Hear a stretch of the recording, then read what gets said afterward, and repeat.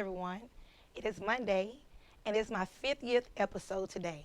You know, I was in California this weekend, and I was thinking about 50. 50, doing something 50 times or 50 years. 50 is a big deal. But the key to 50 is just getting started. Think about it. A year ago, 1 year ago, I had just started the podcast. It took 3 months to even get started. I kept saying I didn't like this, I didn't like that, and who would be on the show. I kept talking myself out of it, creating delays, being over analytical. But once I got started, it was like the ball was just rolling, rolling, rolling. And I think the purpose of this podcast I want to share with everybody is whatever it is that you haven't done that you want to do, just get started. That's the key, because once you get started, it'll keep rolling, it'll keep going. A lot of times we overthink things. Well, I'm so excited about this podcast because I am the guest today. And I have how many people in the audience? Like 12 people. 2, 4, 6, 8, 10, 12. I have 12 people in the audience today who will be asking me questions. And I've been stunned. I've been stuck on a few already. I'm like, ooh. So let's go ahead and get started. First, when you ask your question, please say your name and what you do for a living. Just share a little bit about yourself and then ask the question. So I'm going to start with Miss Markel, since she has the microphone. Hello, my name is Markel Christian. I'm currently in school. I am like Miss Nikki, the second daughter, because her daughter is my best friend. Yeah. But my question, oh, you're right. I also own Exotic Rose Boutique. Yes, ma'am, I agree. Yes, mentor, thank you. So my question for you is, how did you come up with the idea to do a podcast, and what do you do? Like, what is your process to create new content? So the podcast, this lady named Janine Fulton kept telling me I need to do a YouTube channel. I'm like, what I'm going to do on this YouTube channel? She was like, you can figure out something. I'm like, whatever it is, it needs to be every week. So whether it be fashion, food, what will it be? And it could be hair, because I do hair for a living, right? But she was like, no, they need to see your personality. She kept saying your personality need to show on your YouTube channel. Well, I was a guest on a show, Making Money Moves with Aaliyah. Okay. And Aaliyah told me when I was her guest, she was like 2 months later, she was like, I got so many reviews, so many great feedback from your show 2 months ago. Those people loved you. And I was like, oh, that's good to know. And so it kind of reiterated what Janine had told me literally a year prior that I really wasn't listening to. And once I decided to do the Fearless Female Retreat, I was like, what would be an innovative way to pump up the retreat without feel like you're selling something? Just bringing in amazing women. So that's really how I started. So I'm like, oh, that's easy. Every week I can bring in a fearless female. Simple, different guests, different topics, different points of view. So that's pretty much how it all started. And as far as content is concerned, I always try to mix it up. So even though there are a lot of entrepreneurs, I try to find people who do different things. So I want to have 5 consecutive authors. I'll like mix up the different occupations. So that's what I try to do. Have a good mix of guests. Single people, married people. There's a good mixture of guests each time. So everyone's relatable. Mm-hmm. Gotcha. Because I feel like out of 49 podcasts, it's at least 2 people you can relate to, not one. It's at least 2 people you can relate to. Next up, my mom, Miss Lisa. I'm Lisa Moore. I'm Nikita's mom, as she said. I am also her partner at the hair salon, and I also have a catering company, the Corporate Connection. My question for you, Keita, is how do you stay so charged, so energized doing what you do? Because you wear a lot of hats, so sometimes you got to have some downtime, but you just always seem electrified. You know, I did a strength intelligence test last week, and it was funny. I know how I stay charged. As much as I love people. That was my strongest strength, okay? But my second strength, which was shocking, was as much as I'm a people person, a team person, I'm also a solo act too. And one thing about being a solo act, you know when to retreat. You know when to get away. You know when to have some self-reflection. So you have to have balance. As much as I love to be with people, it's nothing for me to sit in the shop for 3 hours by myself when everybody's gone. Because I know I need that me time for me. It's like a gas tank. If you keep pulling the gas from the tank, it's nothing going to be left in the tank. So sitting at the salon from 9 p.m. to 12 midnight, and people say it's so dangerous, that is really my time for me. It's the craziest thing, but I need that me time. That's how I love better. That's how I hug better. That's how I'm happy. That's how I'm able to balance and give back to my family, friends, and my clients. I think that's important. So it was funny when I took the test. I'm like, that's strange. How is my strength teamwork and this my strength being an individual? Like back to back, because they're so polarly opposite. Well, it sounds like you have balance. Yeah, it does. Mr. Jerron Dunn. Hello, my name is Jerron Dunn. I'm a hairstylist of 9 years at 360 Degrees Hair Studio. My question for you, Keitha, is what would you say is your biggest, I don't want to say failure, but your biggest obstacle, or, like what would you say, not even just with Fearless Female, but just business, entrepreneurship, period. What would you say was the hardest thing for you to overcome? When you said biggest failure, I started thinking like, what is it? I don't know. Maybe because I'm a child of God, I know that even bad things happen for a reason. Right. And so I know it's some kind of learning supposed to come out of that, some kind of lesson, or it's getting me Right. ready That's for why I something didn't wanna else. say, Right. Failure because you're still. But you know what my biggest obstacle is? Staying relevant. Okay. Staying fresh and open to new ideas.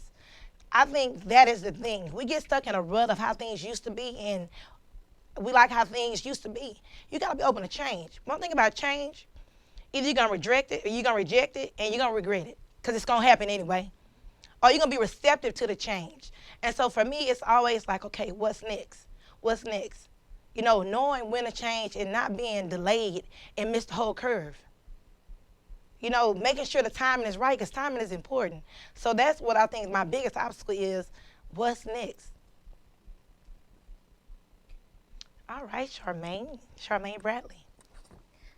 Well, of course, yes, my name is Charmaine Bradley. I am a hairstylist and co-owner of P Element Products, and I'm also an educator. So my first question is, how do you define success? For me, success is good management of time, for real. And when I say management of time, because that's the thing that I feel like I never have enough of. And so I feel like I haven't reached that level of success where my time is mine. It's like you're working, you got family, you have this and that. When I'm successful, I'll be able to do what I want to do with my time. And so I don't consider myself like successful just yet, because I'm still working on it.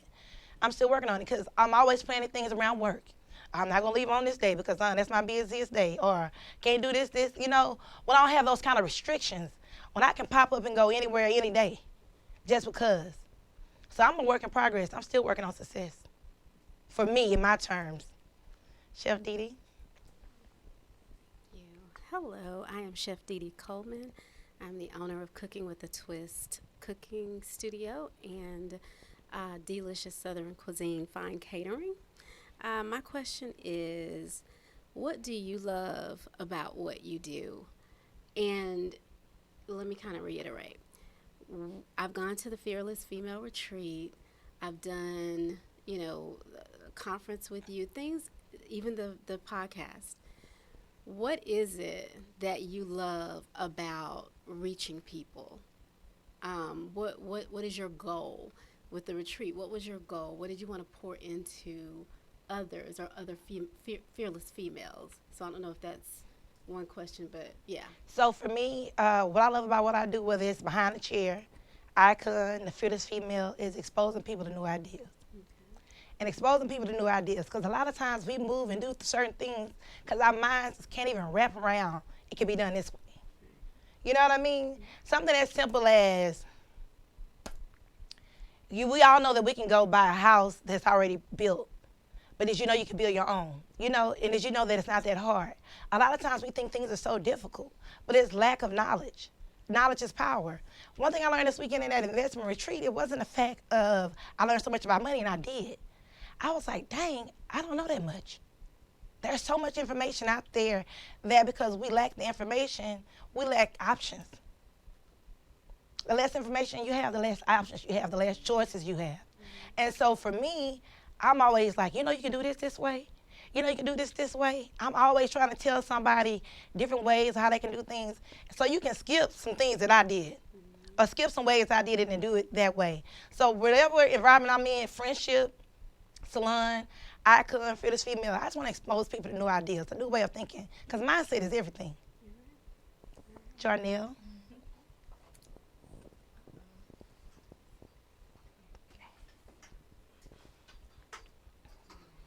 Okay. All right. My name is Jarnell Garland, and I am the owner of Baking It Pretty. My question to you is, if anything, what would you do over and what would you do differently? I always say I wish I would have went off to college. I wish I would have went off to college. That's something.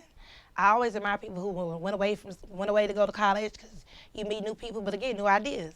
It's not about going away and getting out of that routine, the habits of things, right? And it causes you to grow up. You know, mom ain't down the street, this is not down the street. It's something about going away and having to fend for yourself. That's something that I wish I would have did, went away and went to college. Shirley. Hi, my name is Shirley. I'm a registered nurse. I've known Keitha for, about 8 years now because she did my hair for my wedding. My question to you is, what drives you? What drives me is being better than I was yesterday, for real. Like, okay, now, that didn't work so well, what you gonna do different? You know, we see these behaviors and patterns that we have in our lives. I don't need a therapist to tell me this. You know, I can sell for myself. That didn't work. Do you think you should bring that into 2020? You know? Do you think you should keep doing that? Ain't nothing like having some self-reflection. But again, going back to my intrapersonal strength, having those real candid talks with myself. I know me better than anybody. I don't need you to tell. I know. I know that I need to do this differently, fix this, do that.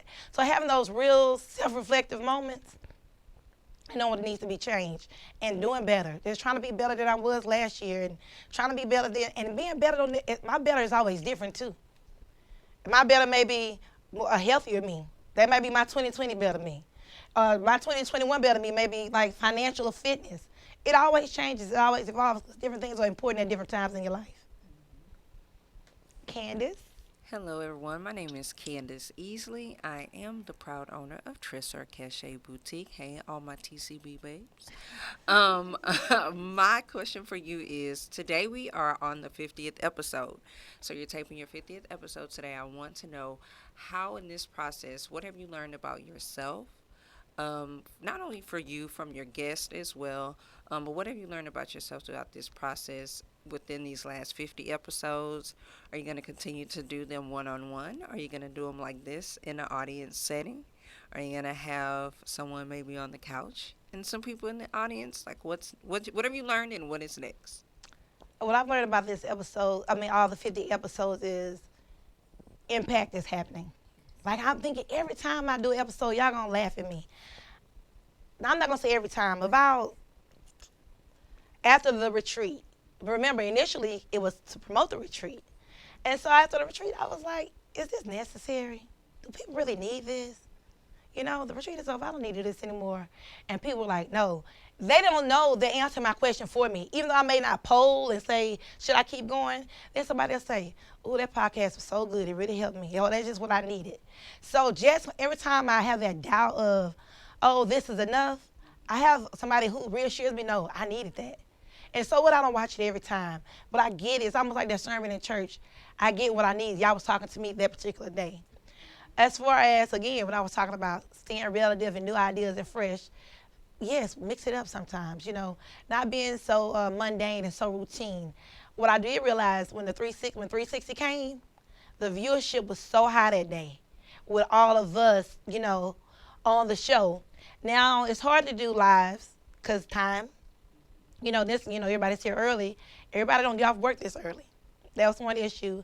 And also, time is just the main thing. Just trying to get everybody together. But will I be interjecting some of these more often? Absolutely. Change is good. All right, Nichelle. Hi, my name is Nichelle Flanagan. I am an author of the newly released Love, Karma, an erotic romance novel. Yes, y'all have to get a copy. So my question, perfect follow-up question, right? To me, 50 is coming a long way. You mentioned 50 being the beginning, right? So what motivates you when progress becomes stagnant? So like you said, there was a lot of views when everybody from 360 was on, and now it's kind of like hard to get the lives because people work and things like that. So in other business ventures, sometimes we run into stagnant moments where you have to get motivated.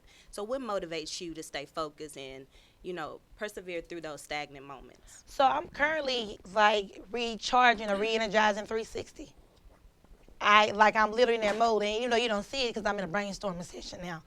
I'm writing down ideas. I'm writing stuff down. I sent my team a text the other day, like, "Hey guys," And so I say that to say, when I see things over a period of time, it's not looking good because I believe in patterns, charts, and numbers.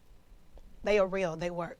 And so when I see declines in things, and I see decline going down in a whole lot of different things, then we got to sit down. How are we going to address this decline? How are we going to do it? How are we going to increase in things? So I literally start writing down things. But the first thing is your attitude. It's your attitude. Are you receptive to the change? Are you ready for the change? And are you really ready to do something different? And so for me, I knew that change needed to come with 360, and people kept telling me to implement the change when I was off from work. You ain't doing nothing, implement the change now. But my mindset wasn't right. I think mindset is important when you're trying to execute something. Now my mindset right, and I'm ready to go hard and get ready for 2020. And it's either you're with me or you're against me. So we can roll together, and we can come to 2020 together strong, or I do it by myself. So that's what I do. I sit down here, my notebooks, I doodle, I write. Oh, that's a good idea. What about this? What about that? Because you do have those stagnant moments. Every industry, every business has peaks and valleys. Peaks and valleys. How do you respond in those valleys? So you can get ready for those mountaintop moments. And you appreciate those mountaintop moments differently. But when you're in the valley, that's when people flee. You want to stop doing it. You want to do something else, this and that. No, we're going to come back up again. So just sit down and just kind of rethink it, fall in love with it all over again. Even myself going back to 360. You wouldn't catch me not going to work looking any kind of way. But you start going to work looking how you feel. Because the truth be told, if you worked at Chase Bank, you want me going to Chase Bank like that? This your own business. Why you treat your own business like that? That's the talk I had to myself. You wore that blue cardigan, you wore black slacks, and everything would be pressed. And you don't necessarily have to wear makeup, but you would be together, right? Why are you walking in your own business like that? Why are you a booth renter or independent contractor treating your business like that? In a beauty industry where image is important. Can't nobody tell me image ain't important. We double tap on pictures on Instagram because them are pretty people. How many ugly people do you really follow? That's real. You don't even know what their personality is like. But they are pretty people. Pretty matters, especially in the beauty industry. So I said to my team, I texted them, I said, hey guys, let's do a 21-day challenge. For 21 days. Y'all, for the next 21 days, let's go to work Thursday, Friday, and Saturday with some pep in our step. I ain't say the whole week. Let's go to work Thursday, Friday, Saturday with some pep in our step. Look good, feel good, do more lives. Let's do, you know what I mean? All we can do is start. What does that cost us? Then I start getting silly text messages like, everybody don't have black. They need to invest. They buy Jordans, don't they?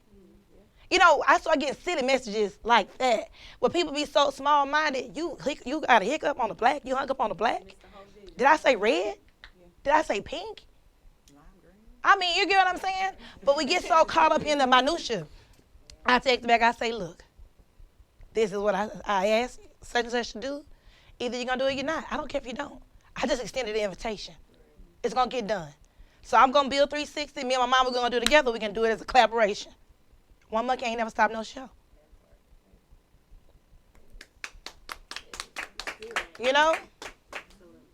Relita Crawford, Queen V. Hey, girl, hey. Hey. Happy Monday, y'all. Hey. So my name is Relita Crawford, and I am a hairstylist and a makeup artist. And my question to you, Nikita, you have so much wisdom. You're smart, you're knowledgeable, you read, you stay educated on things. With all that you know now, what would you tell your 18-year-old self? Man, save, save, save. I know it sounds so corny. Man, it sounds so corny. And don't get me wrong, I know I've made some wise decisions, but I made some dumbass decisions too. You know, why did you do that? You know, and things that you feel later. And so I found myself telling my 18-year-old self that, so telling my daughter that. Telling her that. I know she feel like I'm riding her. I'm like, you don't need 10 credit cards. You just need one. That's all you need. They give me 10% off. That's the trick. That's the trick. You know, that's the trick. They give you 10% off, they're going to charge you 22% interest. They really would no give. You know? And so just, you know, talking to her about those kind of things. I know it's hard coming from mom, but money matters. Money creates options. Money creates options. No, does money buy happiness? Absolutely not. But it creates options. So I would definitely save more and spend less. Because it don't take all of that. I went to a conference this weekend, and what I appreciate about that conference is how we spend our money is really a reflection of our inner being, what we're going through. You know, like when we like buy a whole lot of stuff online, you know, sometimes it's just random shopping, or when you go and just splurge and buy all that stuff, a lot of times we don't even need it, we don't even use it. Yeah, but it's some kind of deeper feeling, meaning. Who are we proving things to? Are we proving things to ourselves, or do we really, really like it? You know, what is it really about? You know, what is it really, really about? Like, do that, like, ain't nothing like walking through the mall with that big old box and bow and the wrap, and it's nice. But, like, was that walk through the mall worth $2,200? Did that walk really feel that good? You know, right. But I've been sucking into that, because I used to love to walk through the mall with Louis Vuitton brown bags, the box, and the bow, you know? But that ain't really all that important. But I know it takes growth, though. It takes growth, because you could have told my 30-year-old self that. I'd be like, whatever, I can buy it, I'm going to get it. You know? But just save. You know what the purchase is. Yeah. Depending on where day it is. But I might be a little more receptive. just a little bit more receptive. Tamika? Hi, I'm Tamika LeGrand. I'm a professional debt collector. Oh, well, you were on cue. Right. You're on cue. My question to you is, I have been struggling about going back to school, and I know you recently went back to school. What advice can you give me to get that push and that drive to just say, quit making excuses and just do it? Your why. We have to know our why. The why is your motivation. If you really want to go back to school, write down 3 reasons why you want to go back to school. For me, I've always wanted to be an instructor, right, for years. I never want to go back to school because I don't want to miss work. Because there are days that conflict with your work schedule. But for me, after having an injured hand, I started laying up in the bed like, Lord, what if I can't do hair no more for real? That's all I know. I don't know how to do anything else. I'm like, okay, when you get ready, you better take your butt back to school. And so my why shifted, because now it's important. You know, where 10 years ago, the level of importance wasn't as high. So I wasn't impressed. Once the enrollment opened, sign up, I'm going to school, and I'm going. We're going to figure it out. The day's going to fall in. People going to come. I'm going to lose clients. I'm going to keep clients. It's going to work out as 9 months. Because you know that anytime you gain something, you're giving up something. Know that. It's always a trade-off. And so I was okay with, because I'd already been off of work for 3 months, so I was okay with, well, I don't have as many clients as I did before I left anyway, so the time is now. The time is now. And no, my schedule don't work for everybody, and I will lose some more, but the greater good, what I'm going to come with in 9 months, it outweighs that, as long as the bills still get paid. But you got to know your why, and your why is going to cause you to, man, like this morning, I didn't want to go to school this morning. I didn't. I was hurt so bad because Relita slipped me a Mickey in my dream. And, but I was like, Keitha, you got to go. You know, you can't miss. I went to school. I didn't have no glasses. The lady asked me to read. I said, ma'am, I can't read. I don't have my glasses. I had to borrow my classmate glasses to read. But I was hurting. I really wasn't, but I knew I needed to be present, though. That's the moral of the story. I knew I needed to be present. Hurting it all, wrong shoes on and all, no glasses. But I knew I had to be there because I got to finish. Because if you don't attend, they know exactly what to do. If you miss too many days, they extend your semester 6 more months. I can't be here 6 more months. That's another why. You get what I'm saying? You have to go back a whole nother semester. So they don't do it in the summer. So I would have to miss the whole summer, then I have to go back in the fall for any missed days. I'm like, oh no, that why is heavy. No, I cannot be missing. You know, but all of that matters. It's a motivating force because I can't make a 9-month program go to 15 months. Erika? Good afternoon, everyone. I'm Erika Johnson. I'm a registered nurse. So, Nikita, this sounds like from the audience, and just I've been Nikita's best friend for 30 years, that you inspire so many. You pour into everyone. This fearless female movement has taken off. The retreat was fabulous. So, who and what inspires you? Who and what inspires me? Oh, that's a good one. My mom definitely inspires me, for sure. I can't be crying on my podcast. Oh, I'm sorry. No, and because I know, I tell people all the time, who you are is a reflection of your upbringing. Yes. And my sister and I, we are completely opposite. And I know that sometimes parents put things in their kids. You the light one, you the black one, you the skinny one, you the fat one, right? And my mama always said, be you. Be you, whoever you are, be you. But more than anything, she was always a fighter, always making stuff happen. And it's nothing like leading by example. You can tell your kids things all day long, but to show them is a different thing. So she definitely inspires me, even now, to be 59 and start a whole new career. At 59. People say stuff like, I'm too old for that. No, I'm about to retire. She constantly reinventing herself, so she definitely inspires me more than she knows. Who else? Who else inspires me? Well, I know I love Michelle Obama. I love Michelle Obama. I do, because she's just like, she's a home girl, you know? She's so down to earth. She's so real. Don't know her personally, but you just get these good vibes from Michelle Obama. And believe it or not, I'm inspired around people around me, you know? Like my friends. I don't hang with people closely. If you're my close friend, I don't hang around with people who don't inspire me.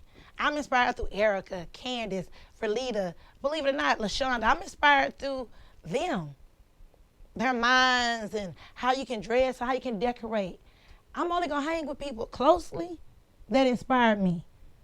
That's who you need to be around. I tell people all the time, you need to be in relationships that are healthy, make you want to be better, make you want to do different, relationships that stretch you.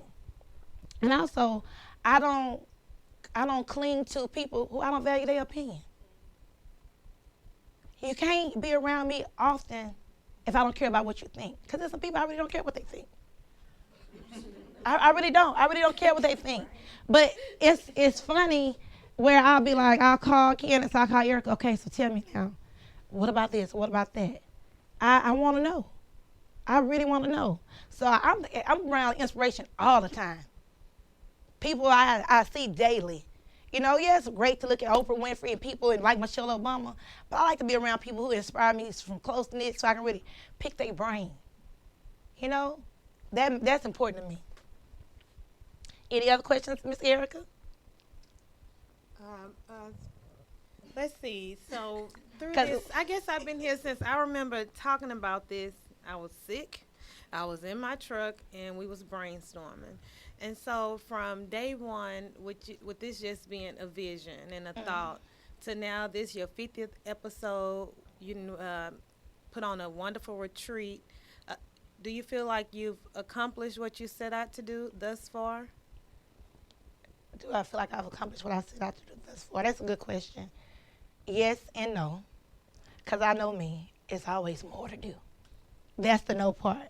But yes, when I hear that somebody left the retreat and they implement these money tools, or somebody left the retreat and they actually doing self-care, or somebody left the retreat and now they're doing better with scheduling dates with their friends.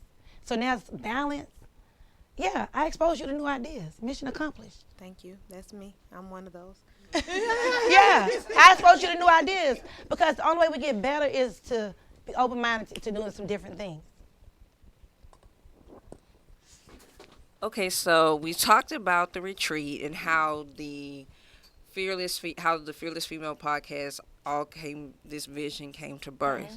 So we've checked that box for this last retreat. What can we expect? Are we going to have a new retreat? Yes. What can we expect? What do you want to implement different in this retreat? I feel like let's talk about it. Okay, so definitely a new retreat. The first thing that's going to be different, new season, summer. So we can play in the pool a little bit maybe, you know. It'll be June 12th through the 14th. It's going to be in the Woodlands again. I'm doing it in the Woodlands again because I feel like I didn't conquer the Woodlands like I needed to conquer the Woodlands.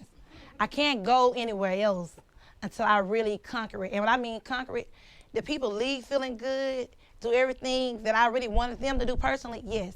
But I didn't conquer it financially. And again, the numbers matter. The money matters. And so before I venture off and go somewhere else, I have to be successful financially in the Woodlands. Was I successful in other categories? Yes. Yes, I was. But financially, I wasn't successful in the Woodlands.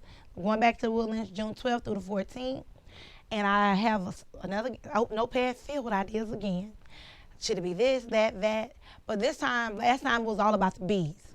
Branding, budgeting, body, beliefs, business, and balance. And the basics. This time, F, fortune, faith, family, fundamentals, fitness. You know, we're going to be working with the F's this time. So plan on the fearless female. All right. And when will registration be open for the Fearless Female Retreat? Look at you. Oh, Registration, no, you're on it. Registration actually is open today. It's actually open today. It's online today. We worked on it all weekend long for this podcast. So www.net. The Fearless Female. All right. Or the fearlessfemaleforum.org. All right. So, guys, you can go register, grab Look your at the salesman. seat, Look grab at the your salesman. seat. Yes. Candace is all Grab about your the coin. seat. Like, Grab okay, your register. seat. All right. Yes. The fearlessfemale.org. I'm sorry. The fearlessfemale.org. That's thefearlessfemale.org, guys. So make sure you go to the website, pay your deposit, reserve your seat, invite a friend. Yes. Don't save all the good jewels to yourself. I'll now turn it over to you. Back from our commercial break? Yes. Special thanks to the sponsor. I'll be back to close us out. So you mentioned who inspires you, but outside of your close-knit friends, I know a lot of people, especially out of beauty school, their main objective is to own a salon. However, how important do you feel your team plays in you as an individual as far as like your success? And there is a saying like you are the average of your circle. How much does that play into your success as well? I'm definitely hanging out with smart people. I don't mind being the dumbest one, but I don't think I am the dumbest one. But you get what I'm saying? I'm definitely hanging around with some people who are sharp. That's number one. As far as my team at the salon, I love my team. And I'm not saying that because I literally was bragging on them the other day. Bragging on the team because I think it's power in team. I know it's power in team. Forget think. I know there is power in team. We can do so much by ourselves, but we can do so much more together. And I think when you go in the salon or you go into business, when you go in with a servant leader mentality, people serve better. When people know that, oh, she gonna clean the toilet, oh, I don't mind cleaning the toilet too. But you go in there acting like you the boss, and no, that's your job, and you go in with this attitude like you're a dictator, it's just different. And so in the salon, I would say everywhere I work or interact with people as far as business is concerned, I'm always coming on a level of I'm gonna meet you wherever you are. I'm gonna meet you wherever you are. If we need to go here, I can go here. If we need to go here, I'm gonna go there. But I never want people to feel like they're beneath me. So if I'm in a salon environment, if I ask you to shampoo for me, know that I can shampoo for you. I think that's important. And I think because I have the attitude, me and my mom have the attitude of working together like that, now it has spilled off into the whole team is like that. I feel like everybody in the salon is willing to jump in and be a team player. But again, leading by example. They have to see it. You can talk about it all day long. It starts with you. It starts with you as a leader. Now, you mentioned the pros, but I think it's important for people to know the cons when you are picking out your team, because although it may be booth rent, I feel like people may think that you can just let anybody come in. How much of bad habits play a part into, sometimes it can spew on others and everything like that. So how do you determine if this person is a good fit, or has it affected you being in this business as far as developing bad habits, or what are your cons overall? Well, number one, culture is everything. Culture is everything. Every business has a culture. Even hospitals. I have friends who are nurses. You know, the way they do things at Ben Taub is not the way they do things at MD Anderson. It's medicine, but it's still a culture, how you do things. And the culture ain't for everybody. It doesn't mean it's a bad salon. It means it's a bad person. The culture is not for everybody. And if you don't fit the mold, you're going to fall off. That's what happens. Because it end up being too much work to come to work before the work is actually done. You done been places, you done sat in churches that preach the word of God, but it don't feel right. They not saying nothing that is not doctrine, but this church ain't for me. Culture is everything. I think the culture creates the tone and the energy of whatever salon or business you work in. So that's important. I'm a pushover. I'm going to give everybody a chance. I am. I ain't gonna lie and be like it's a real screening process. And I'm not just saying with 360. I give everybody a chance. I mean everybody at face value. Somebody mentioned once before with Icon. Let me use Icon for an example. They mentioned that they think we need to start doing background checks on people, their criminal background. And I said, I just don't think that's fair. And they was like, well, we can't be letting anybody in. But change. What happened to elevating people? What really happened to elevating people? Because somebody shoplifting when they're 16, do that mean they're a bad person at 46? Like, what does that look like? So I meet people at face value. I want to give people a true chance. You know, I don't care if she used to sleep with 10 people. That's what she used to do. You know, I really want to meet people where they are right now. So I ain't going to lie, I give a lot of chances. I do. Because I believe, again, I talk about change. Change is real and change happens. So as far as the screening process, come on, 360, we'll give you a try. If you don't work, she only lasted a week, baby. Okay, Shirley, you have a question? Yes. What has been the best advice given to you on your journey through entrepreneurship? My best advice given to me is, through my journey of entrepreneurship, I'm going to go back to money again. It's important. Saving. I knew I wasn't a good saver.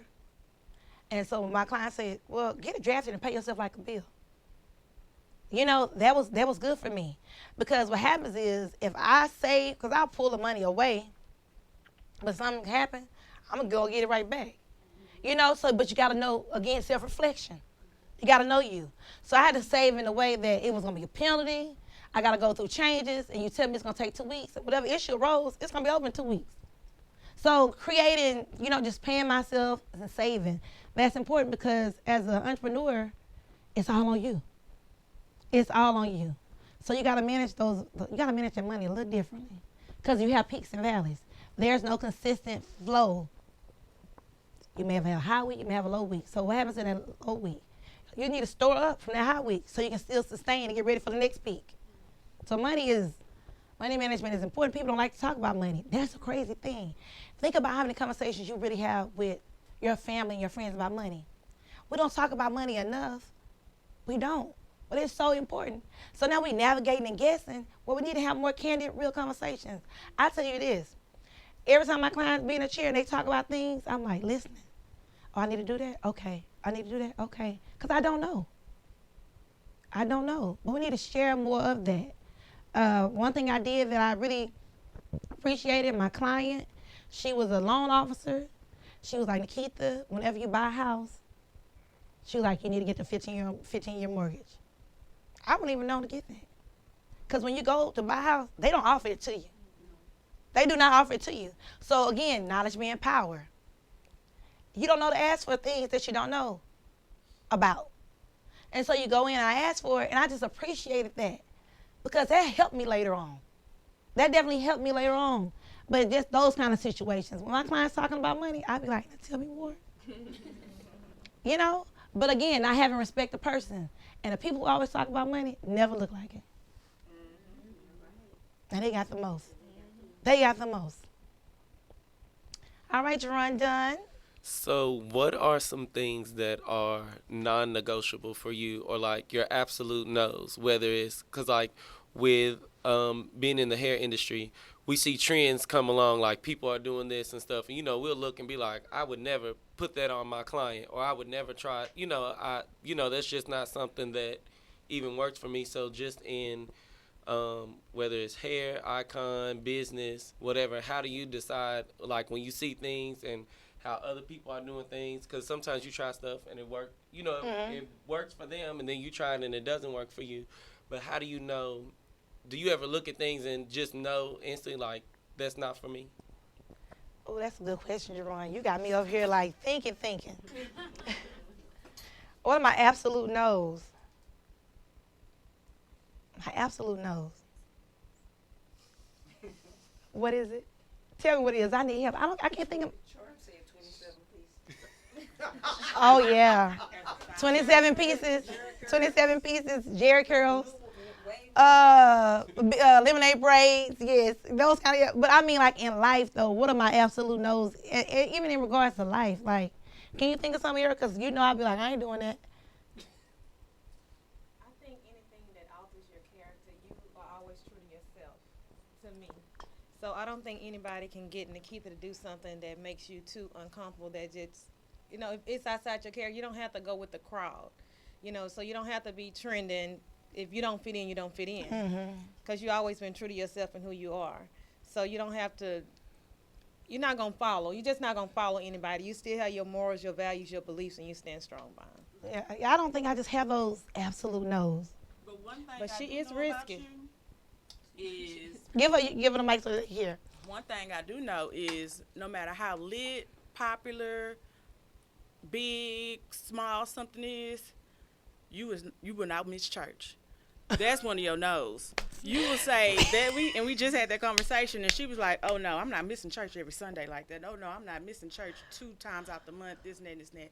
You are very specific and consistent about that. I am. True to your faith. Yes, I am. That is a non-negotiable, and it's so crazy because them Satans, them demons that live with me, they love to say, "God know your heart. It's okay. Watch it on."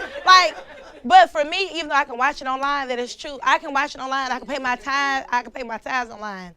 But it's like I'm everywhere else. I show up for everything else. Why can't I show up for God? That's just my own personal.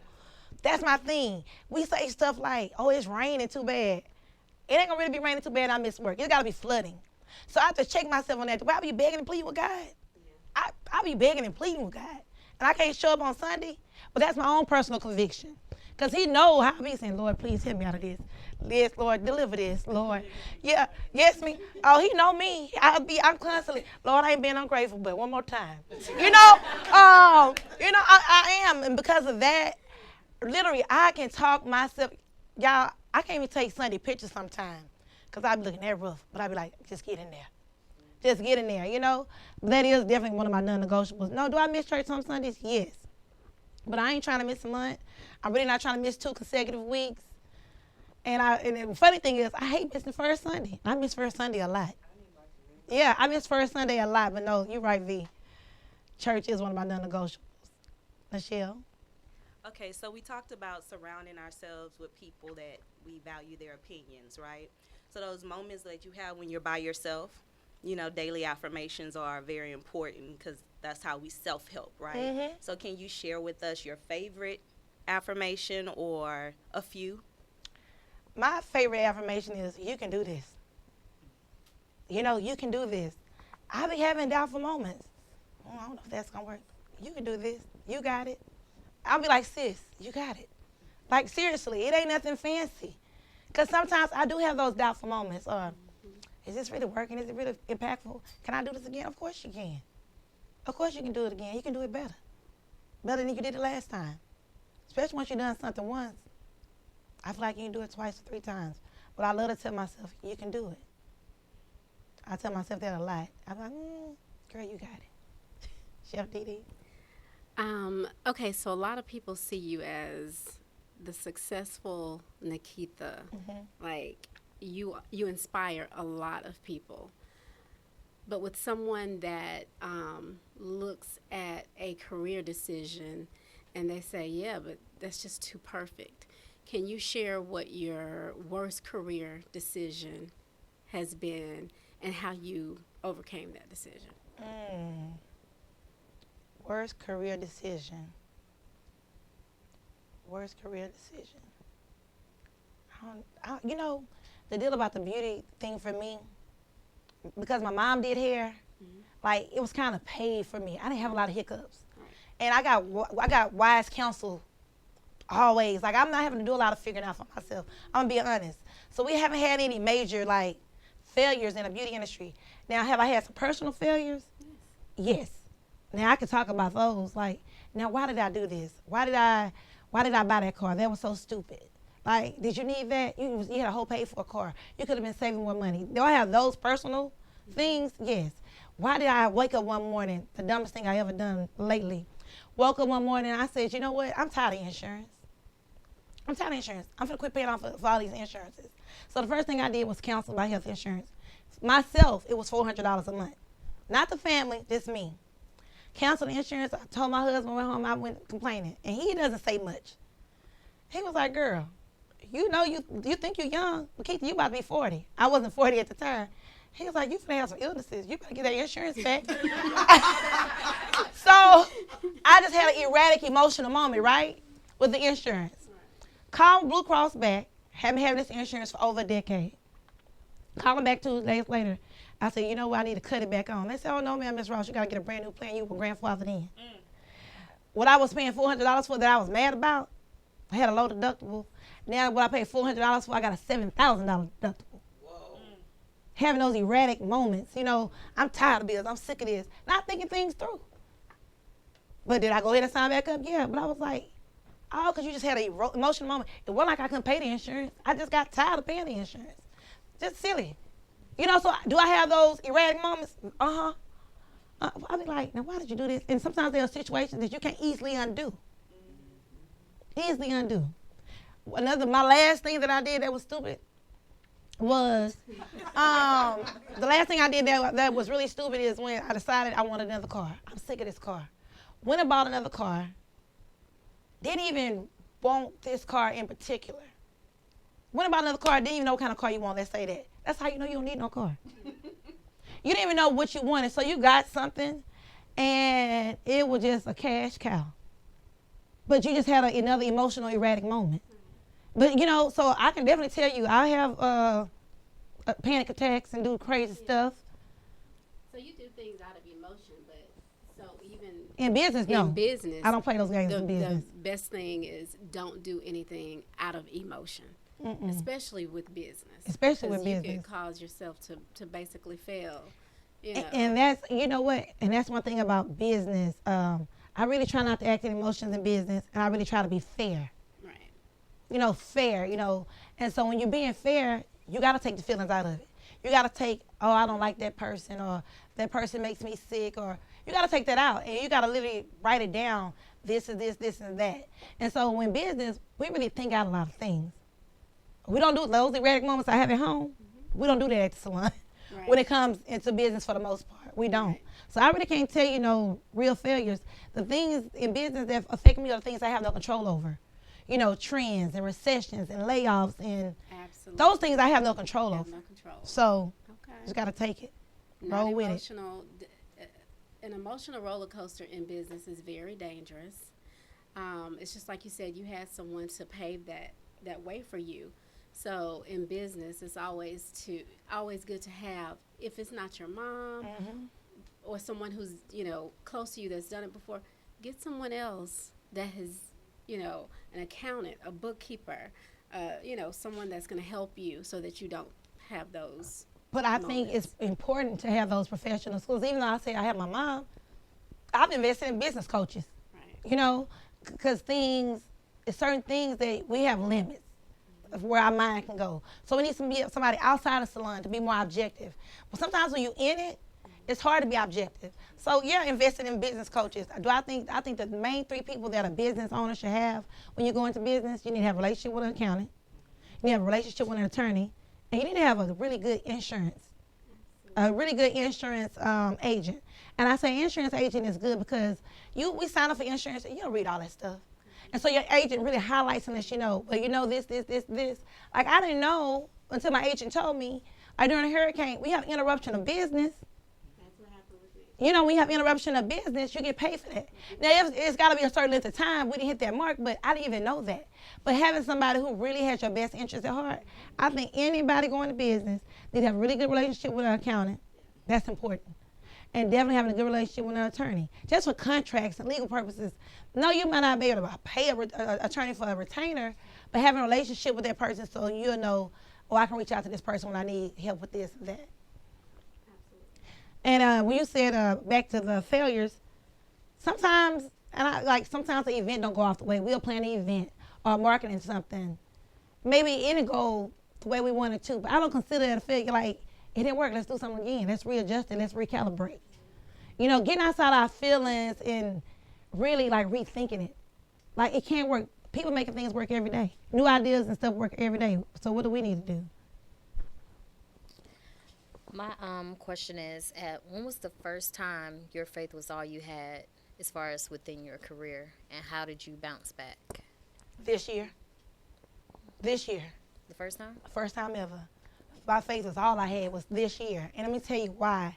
Because, again, remember I said my path to entrepreneurship has been easy. I've had somebody to show me the way. I've been making good money since I was about 17. I've been on the incline, money going up. And so I always knew that I could afford this, I could pay for this, that, and other. My faith is tested when things are taken away that you are comfortable with, and he bring you down to your bare essentials, and but do you still got it? Do you still have it together? And are you humble enough to ask for help? Because when you used to being a boss and you used to giving out all the answers and being a person that people lean on, now are you humble enough and strong enough to say, I surrender, I need help? And not just surrendering to God, surrendering to others. And being comfortable with that. And my grandmother had to really get me together. I said, Granny, I can't believe so many people being nice to me. My grandmother said, baby, you just sowed some seeds. This is harvest season. You've sown seeds. Yeah, they owe you that. And not saying it in the way that, people are indebted to me. She was like, no, it's your turn. She's like, that's what reciprocity in his relationships look like. Yeah. But when you're so used to being the one giving, and that's your position, it feels funny receiving. It feels awkward. But this year, my faith has been tested like none other. That's why I run to the church. Because I'm pleading and begging. Lord, deliver me from this. Help me. That's why I'm running. Well, this isn't a question, so this goes pretty much on what you said, but I'm not sure if you know. But when I moved here, we had a conversation, and I asked you about me coming here, and how you could, you offered me a couple months free rent. But I don't think you understood, what kind of seed that's sown. I didn't understand it either. We never really had, a conversation over the phone except for one time. And I remember you put me aside and you asked me how I did it, not knowing that I sold $2,000. And my pastor was talking, and he didn't ask for any money. But God kept saying, give $2,000. And I was like, he not telling me that. So I was like...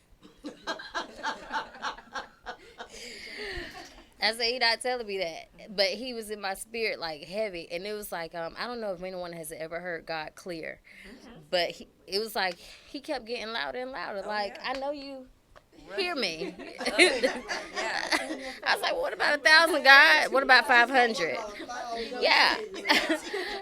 And I was moving a week from that time, and I had a daughter that was staying behind. So for me, financially, I'm and I don't question God, but that was a number that I just could not fathom that he would be telling me to give.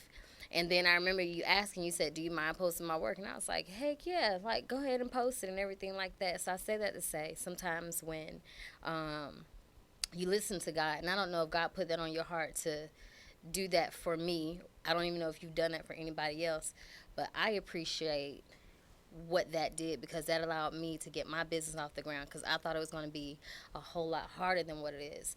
And I knew it was God telling me that this is where I was supposed to be, because the transition was just too easy. Right.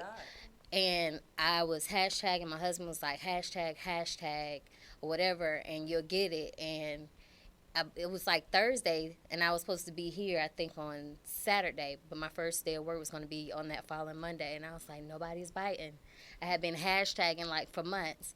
That Friday, somebody booked an appointment with me, that Thursday night, and they said, can I come tomorrow? And I was like, well, no, I don't have any appointments available, but I'll be here on Monday. So I say that to say, a lot of times the seeds that you sow, God is preparing you for whatever he has coming, whether it be a year from now or 2 years from now, but what is for you is for you. So I do believe the seeds that you sow, nobody may understand it, but he keeps a diary of those seeds that you sow. And the people that you sown those seeds for, they come back in full circle, and you may not even notice what you're doing. It may have been a word or whatever the case may be. But just know that whatever you do, whatever you say, it doesn't go to deaf ears. And God going to make sure you're okay. So it's just amazing to see. Not amazing, like I wanted to see you go through that. But, just you saying that, God puts you in a position where your faith is all you have. And it's kind of crazy on how you come out. And it don't look like you're missing a meal. Not like that, but I'm just saying. It sure don't. All of the above. All of the above. Okay, you want to ask a question, Markel? Okay. I don't know. Yeah, go ahead. Okay. Well, everybody's talking about like business aspects and everything that you lead in. I want to talk about you. Okay. So you said that you write a lot and you jot down things. Like, what do you do for self-care? Like, right now I've been really big on journaling and getting my mind and my peace together, like, for me, so that I can, release the same energy out into the atmosphere to others. Like, I don't want anyone to disturb my peace at this point. And what do you do so that your peace isn't disturbed, that you just have balance, you're on go, you have time to sit in your bed? Because you say you don't have a lot of time. Time is one thing you don't have. Mm-hmm. So how do you make that time? Because I make time for that, because I know it's so important. Believe it or not, I make time for me. Okay. I make time for me. So what happens is, I'm a morning person. But I'm going to get up early because I want to be up before the phone start ringing, before people start texting, and before my people around my house start walking around. So I love to get up at 4:30 or 5. That 1 hour before 6, around 6, everybody moving. But that 1 hour of time, and I mean, I'm not watching TV. I'm not listening to music. But that time with me, I can literally be just laying in bed in the dark, looking at the ceiling. I won't even get on social media. Just being still. For me, being still is important because I feel like I go so much. Being still is important. I have a bad habit of getting to a place and parking and waiting 15 minutes to go in. Just being still. And a lot of times, I'm not ending the call. I'm not ending the call. I'm not listening to what the end of the music or anything. I'm getting me together. Because those moments for myself really matter. Those moments with myself really matter. And I will date myself. I will go sit at a bar by myself and just be with me. And I have a pen and a pad. I'm funny about me. And I think that's where a lot of people feel guilty. They feel like, I got to do this for the kids. I got to do this for this. No, I got to do this for me. I know I can't love you a certain way. I know I can't be as effective at work. I can't be nice. I won't be patient if I don't get me together. And I think a lot of times we skip the me time. We skip the me time. We have 24 hours. We're like, no, I can't do that. Now, do I get an hour every day to myself? No, sometimes I don't. Right. Well, out of 7 days, I promise you 5 of them, I'm giving me some me time. Saturdays a day, I don't get none because I barely wake up on time to get to work. But Saturday at 6 o'clock a day. But no, I think that's important. Just that time, that me time really don't be nothing fancy. It's just literally being still because I'm ripping, I'm running, I'm going. Being still just feels good. I ride with no music. Jada hates it. I love it. She hates it, but that's, again, quiet time. It's quiet time. But I have started, now I sit in traffic, so that's a whole different beast. Mm-hmm. Riding with no music and flying down the freeway is one thing, but sitting in traffic, you get out of my way. So I started listening to some sermons now on my way to, because I wasn't acting right. I was having a major attitude. But thank you guys so much. Do I have any more questions? Well, we have done 60 minutes. I hope this gave you guys a good insight of who I am and what makes me tick.